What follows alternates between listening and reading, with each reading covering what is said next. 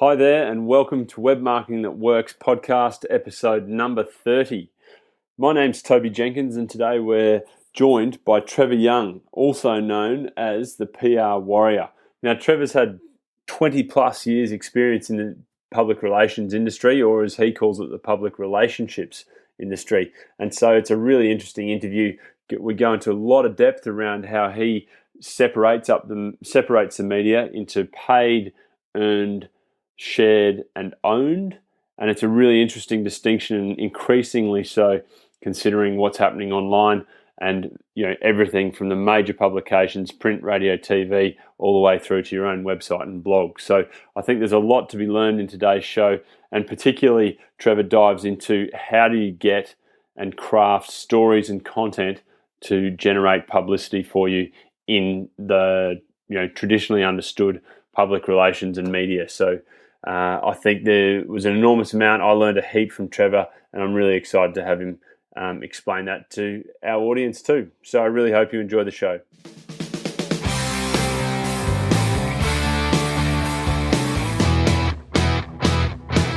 Welcome to the Web Marketing That Works podcast. Come behind the scenes of real-life marketing experiments and listen in as amazing guests confess the truth about what really works. Now, here are your hosts, Adam Franklin and Toby Jenkins. Hi everyone, it's my great pleasure to introduce our guest and friend today, Trevor Young. Trevor is the author of Microdomination and has worked in public relations and communications for over 20 years. He has started and sold 2 businesses and merged a third with the world's largest independent PR agency. Personally, Trevor is a passionate educator and loves listening to movie soundtracks and early 1960s hard bop jazz. Trevor, we're going to have to dig into that because I have no idea what it is. We can do that. And Trevor is a Geelong Football Club supporter, which we won't hold against him, and is plotting and planning the great Australian crime novel. So thanks so much for joining us, Trevor. Thank you, Toby. Pleasure to be here. So, mate, when's this crime novel due out? Oh, mate, I've just got finished the, not long out of getting Microdomination out onto the bookshelves. I chip away at it every now and then, but I think I need to be or semi-retired to get it going. But I'm always jotting down notes of scenarios and names and writing the odd part of a chapter. So I'm piecing it together very slowly. Good work. The new underbelly. Hopefully, that'd be awesome. That would be a treat, wouldn't it? And what is hard bop jazz, Trevor? I have no idea. Well, I don't know if I can describe it. I kind of know when I hear it, but it's guys like the early '60s when jazz got quite hard, a hard edge to it, and you got guys like John Coltrane and Freddie Hubbard, and Hank Mobley and Miles Davis and. Gosh, the good thing is that they had such a big catalogue that they probably covered, 2, 3, 4 decades. So the jazz musicians just love the way they go about their work. So I'll just play you a couple of bars just to get us going. It's Freddie Hubbard and Play. Here we go.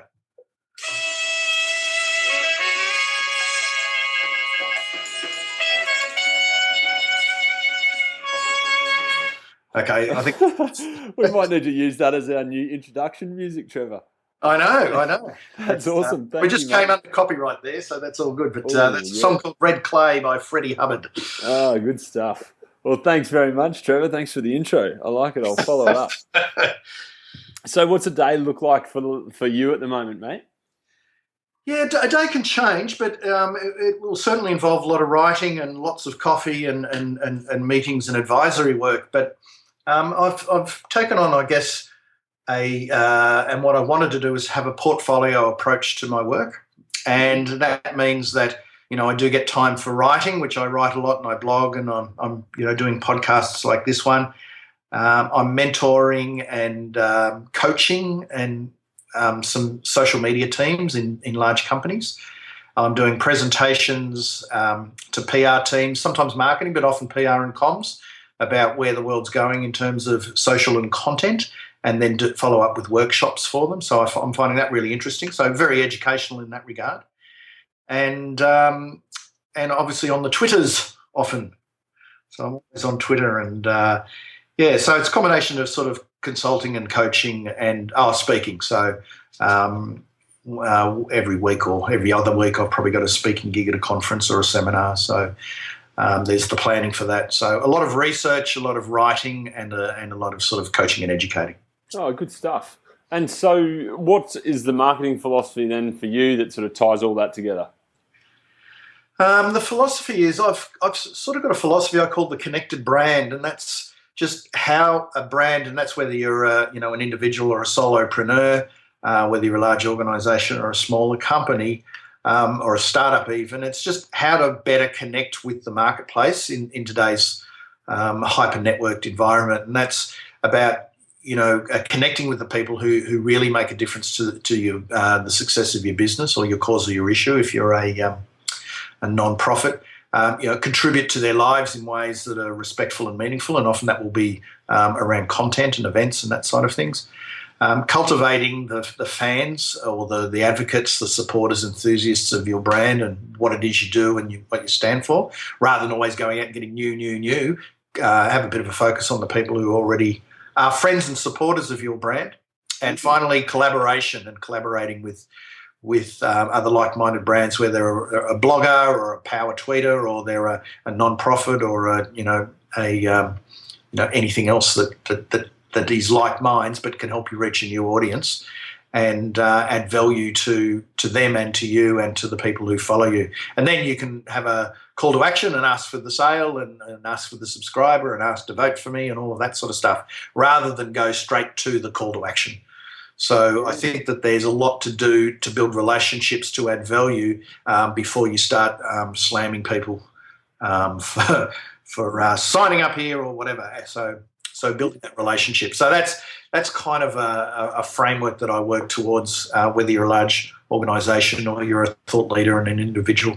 Yeah, look, it's really interesting you say that, Trevor, because a lot of people on the podcast, even to date, have sort of spoken about the importance of relationships and the way in the techniques and what have you for getting in front of new audiences and building your networks, and so much of that boils down to the relationship and how you can then ultimately partner for mutual benefit, right?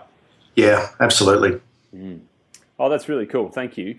And any major aha moments for you so far in your journey? I think every day I like a bit of serendipity when it comes to the whole world of social media, and just the connections you make over the journey, and whether it's you're tweeting with Tom Peters, the famous author, the management author of Reimagine and Brand You, who's sort of one of the authors that I've read over the journey, and you can tweet with him directly, or someone has bought your book from New York or the UK or somewhere else and has tweeted about it.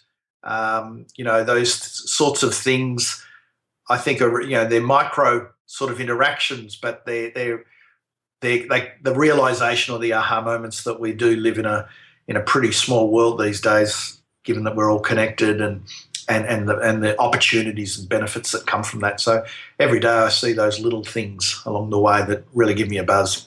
Yeah, that's fun, isn't it?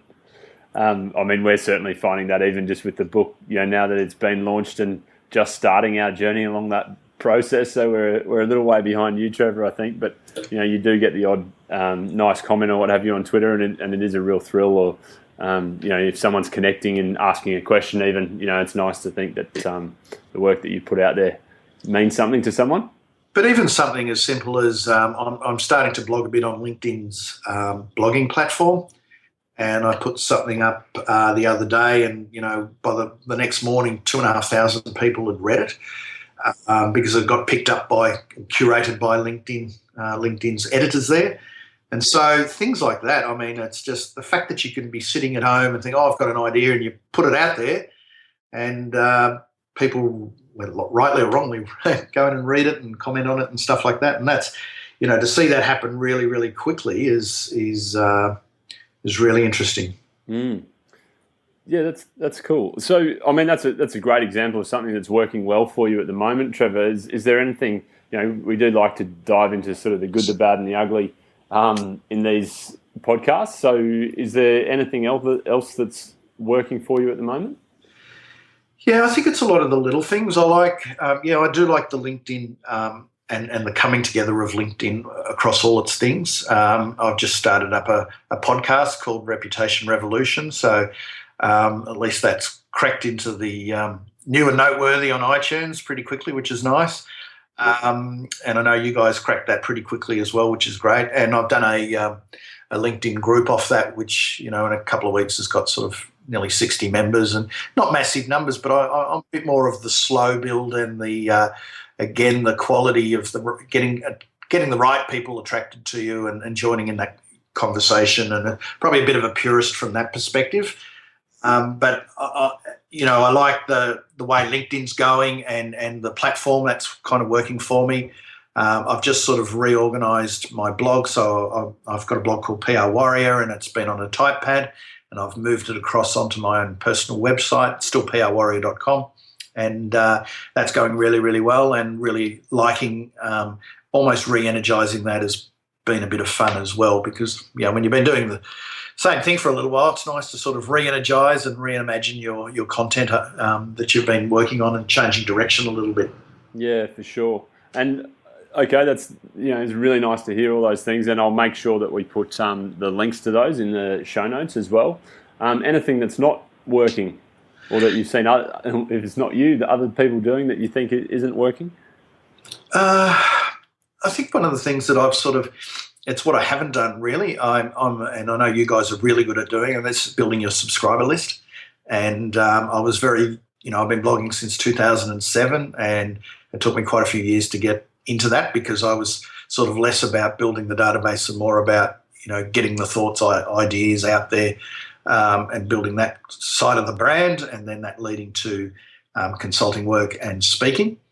But now I'm sort of starting to change tack and thinking about, well, how can I do the subscriber thing yet? I still haven't put the incentive on, preferring people to join in without having, sign up for an incentive.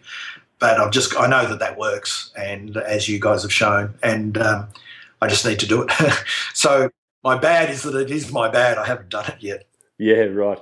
No, fair enough. And one of the questions we do like to ask is that if you were starting your web marketing from nothing, from scratch, what would be your first step, do you think? I think a blog, and getting all your ideas down and having a home base that people could find you, and you've got social proof there right from the word go. And there's something terribly clarifying and sobering about pushing the publish button, and I think it makes you think where you want to be, what your philosophy is, what your ideas are. It brings clarity and focus and form to that, and that's a really, really good starting point. Obviously, at that point, you have no audience and you'll be blogging for no one, but the good thing is it's a body of work. I'm a big believer in creating a body of work, so you might be blogging now and no one's looking at it, but as you develop that following and gain momentum, people can always go back, and you can always go back and re-promote those older blog posts as well. So I think from a discipline point of view, that's the best thing. I'm a massive believer in Twitter, because it allows you to grow your network pretty quickly by being active and to hook up with people and connect with people who in all likelihood you wouldn't get to meet in real life.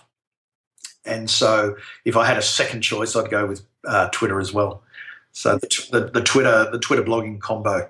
Excuse me if I'm a bit nasally today. I've got the cold, so no, I'm not underground, as it was. Not at all. I think it's the hard bop jazz getting to you, Trevor. So that's all good. Could be.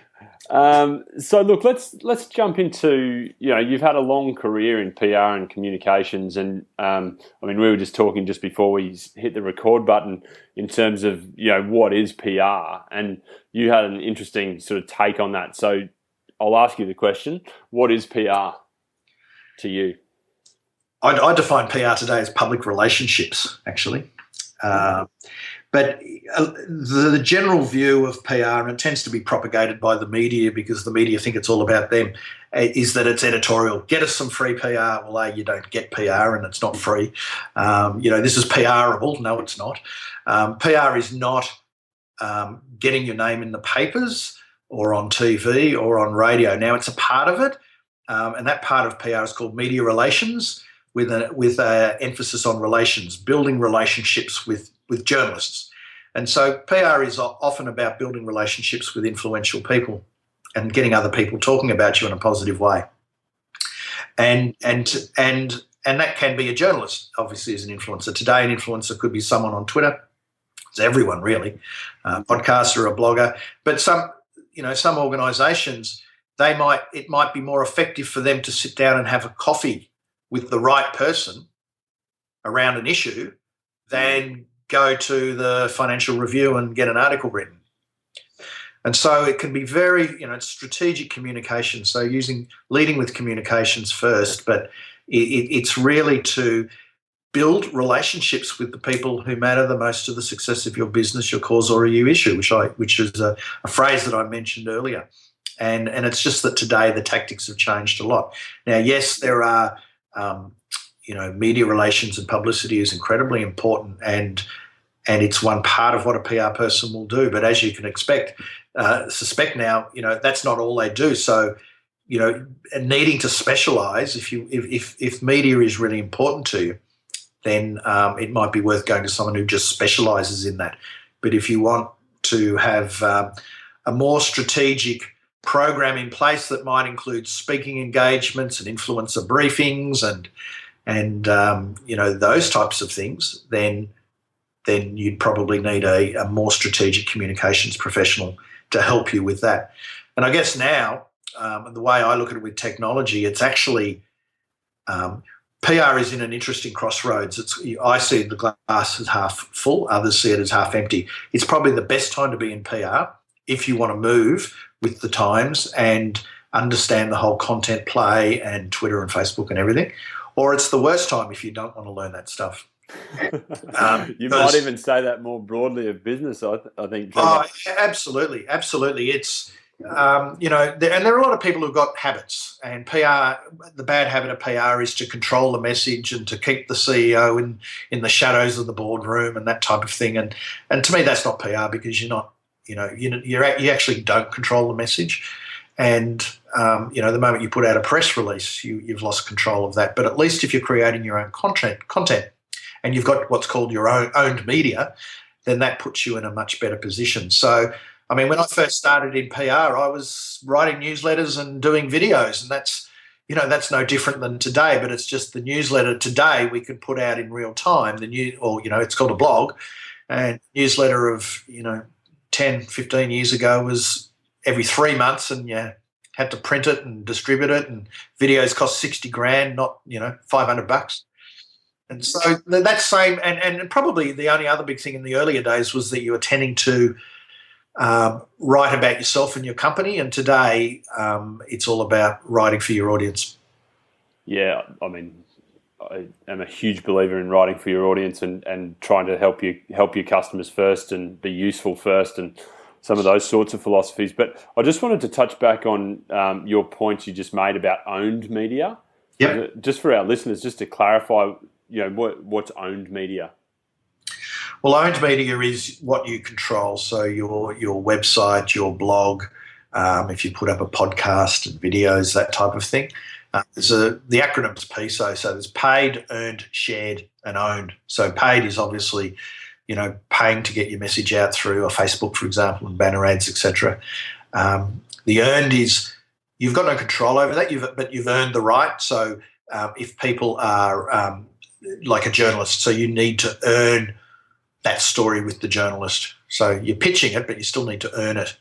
And so a journalist or a blogger will write about you, that type of thing. And that's been traditional PR. Traditionally, that's what largely people have seen PR as. S is for shared, so that's the buzz and people commenting and sharing with their people and hat tipping and retweeting and all of that. So they're sharing that. You could say that that's earned as well, but I think it deserves it's got its own nuances. So if earned is probably more with influencers, journos, bloggers, etc., then shared is probably with the general public, and owned is what I just mentioned: your own website, your own blog, your own real estate that you control. Yeah, cool. Okay, it's just great to get that distinction, and that's a really useful framework, that paid, earned, shared, and owned. I like that a lot. Peso. And, And so that's the territory of PR.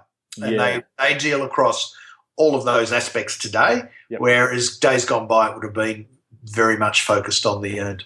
Mm. And I mean, how do you see sort of the relative value of, because as you said earlier, a lot of people sort of see it as, let's get me in the paper. Yep. How do you sort of help your clients structure their approach to getting in front of other communities and other networks and building relationships? Like, are there some tips and things to do, things not to do around that process? For media or communities generally? Let's talk media initially. Okay. Well, I don't really do the media relations thing anymore. I'm always a believer that you're got to be in the kitchen and cooking on the stove, not just poking your head in the kitchen. And the media is changing so much, and the people there are changing so quickly that I might do the occasional pitch to someone when I know that there's a relationship or there's a great story for a particular magazine or a blogger or something. But as a rule, it's to do it properly, it's incredibly time consuming. I'm not one of those people that just put out a press release and splatter it everywhere, unless there is general news that there's relevance there.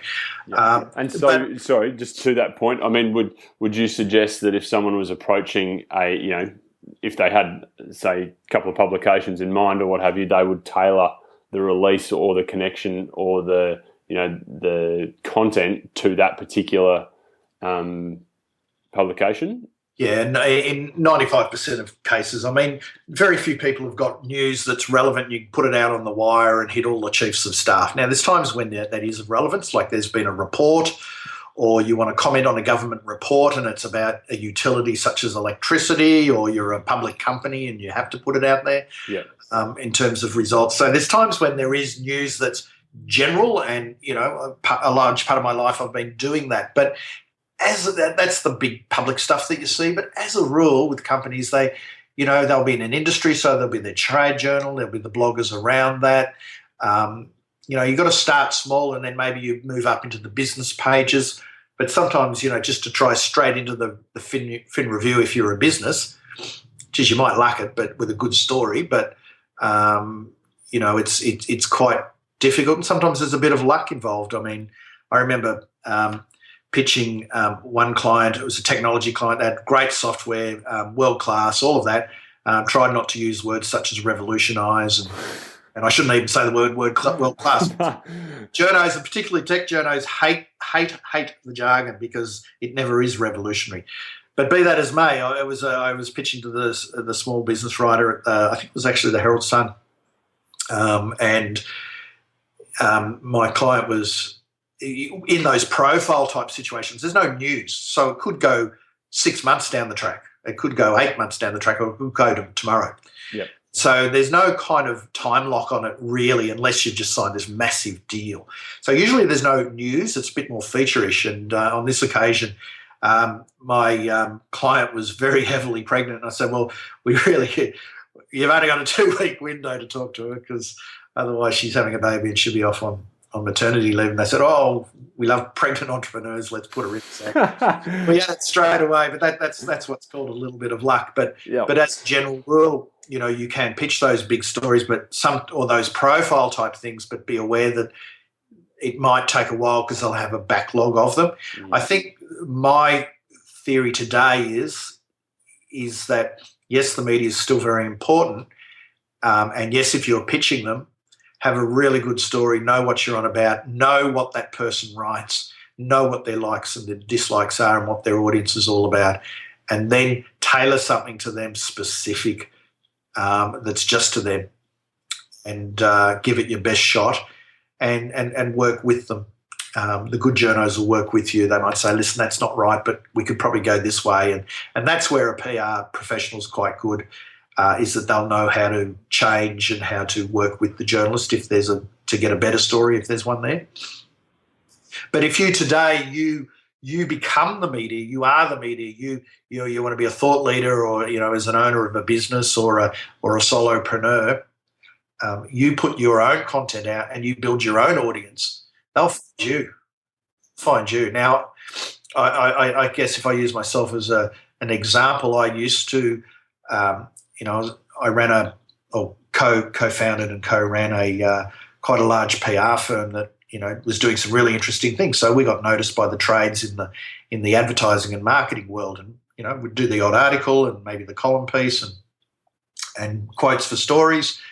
But apart from outside of that industry, we weren't known at all. And then from blogging, and blogging led to speaking, and more blogging led to blogging interviews and things like that. Then the media started calling me, can you, like whether it was the ABC in Canberra or the Age or the Australian, and to get us to put quotes in. So often it might only be a quote here or a quote there for a bigger story, which is really good. And sometimes it's better to be, one paragraph in a big story in the right publication than it is to have a massive profile in a publication that's not as relevant. That's where people always want bigger and better and my name, but usually it's the positioning of how you're positioned in that publication. And so, I've since been on Channel 7 and Sky News and, just a whole lot of other things because I built that profile and came from that direction. So they find you because they go out and search now. There's less of them on the beat. They're not actually out on the beat often because there's not as many journalists, and they are using the web really well and their contacts. So if you keep coming up again and again as someone who is out and about and talking about a particular topic that's relevant, they'll find you. They'll find you. And if you do a good job, you'll become one of their favourites and they'll keep calling you. And that's the way it's always worked. But you had to break in first. You had to break in. And today, if they're out looking for someone, they'll do the search. They'll ask. I've seen the journos ask on Twitter, does anyone know such and such? Or they're using something like Source Bottle, SOURCE, and in America that's Harrow, help a reporter out. So, there are other tools and platforms that journalists are now using to find the talent. There's another one called Media Stable in Perth, based in Perth. So there are a number of different ways now to reach journalists, and sometimes it might be a single tweet. And I guess following journalists as well. Keep an eye on them. Becoming a part of their community is really important.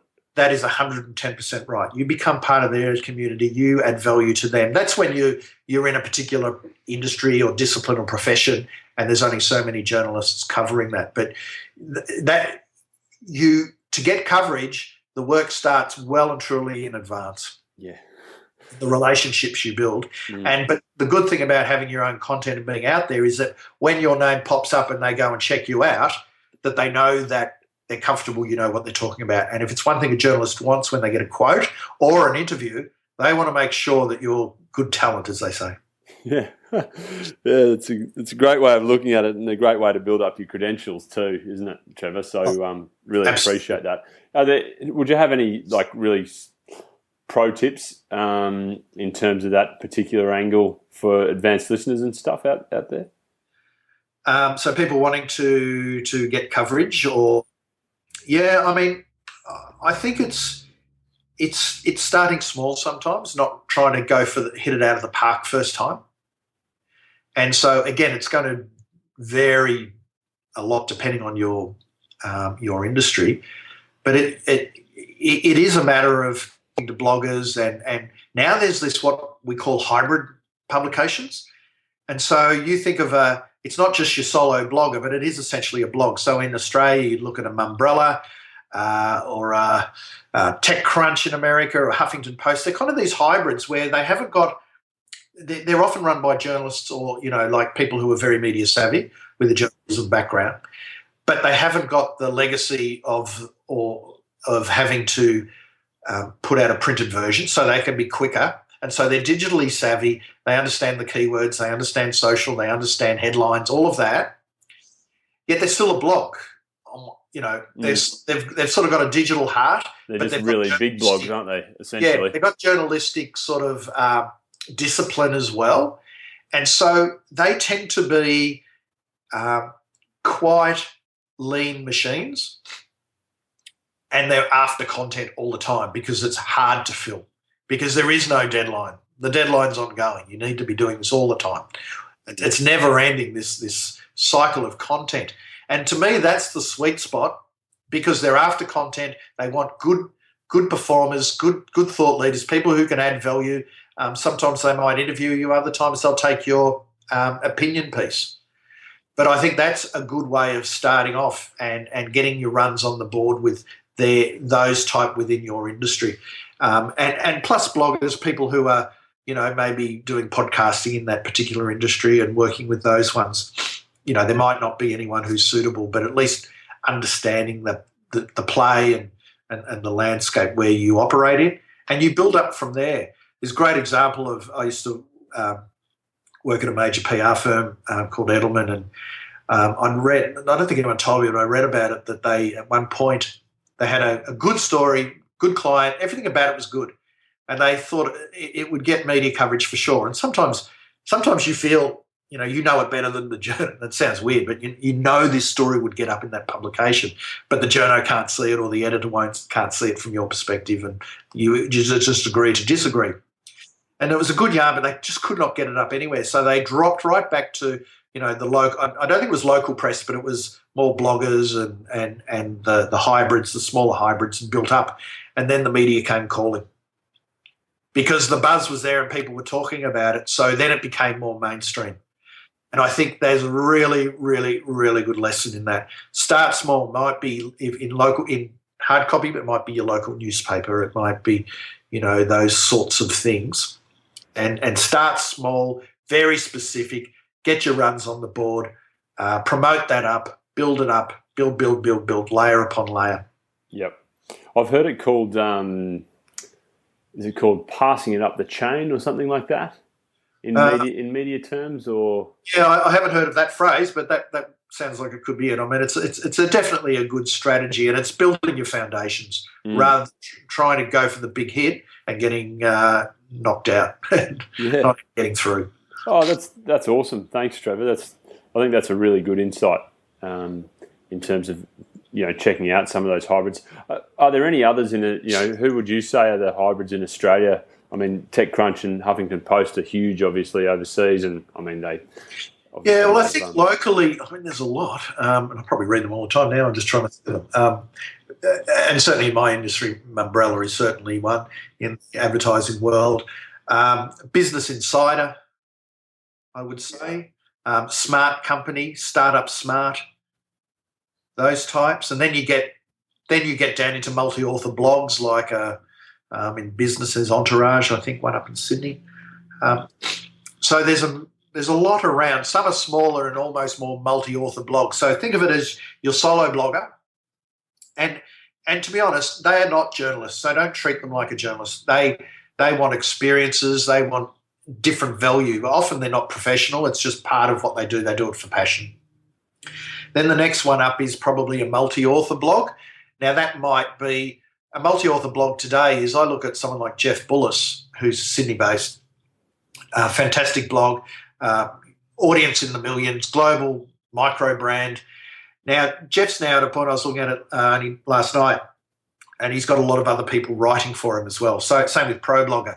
So they're blogs that have come from the individual, and have got such an audience that they've built that to keep things going and momentum and keep it fresh, that they almost become editors and bringing in other writers. So that is a great, so that's a multi-author blog, but so you can see where the solo blog, then you're getting into the solo blog with contributors, or it might be a company blog like Moz, the SEO guys.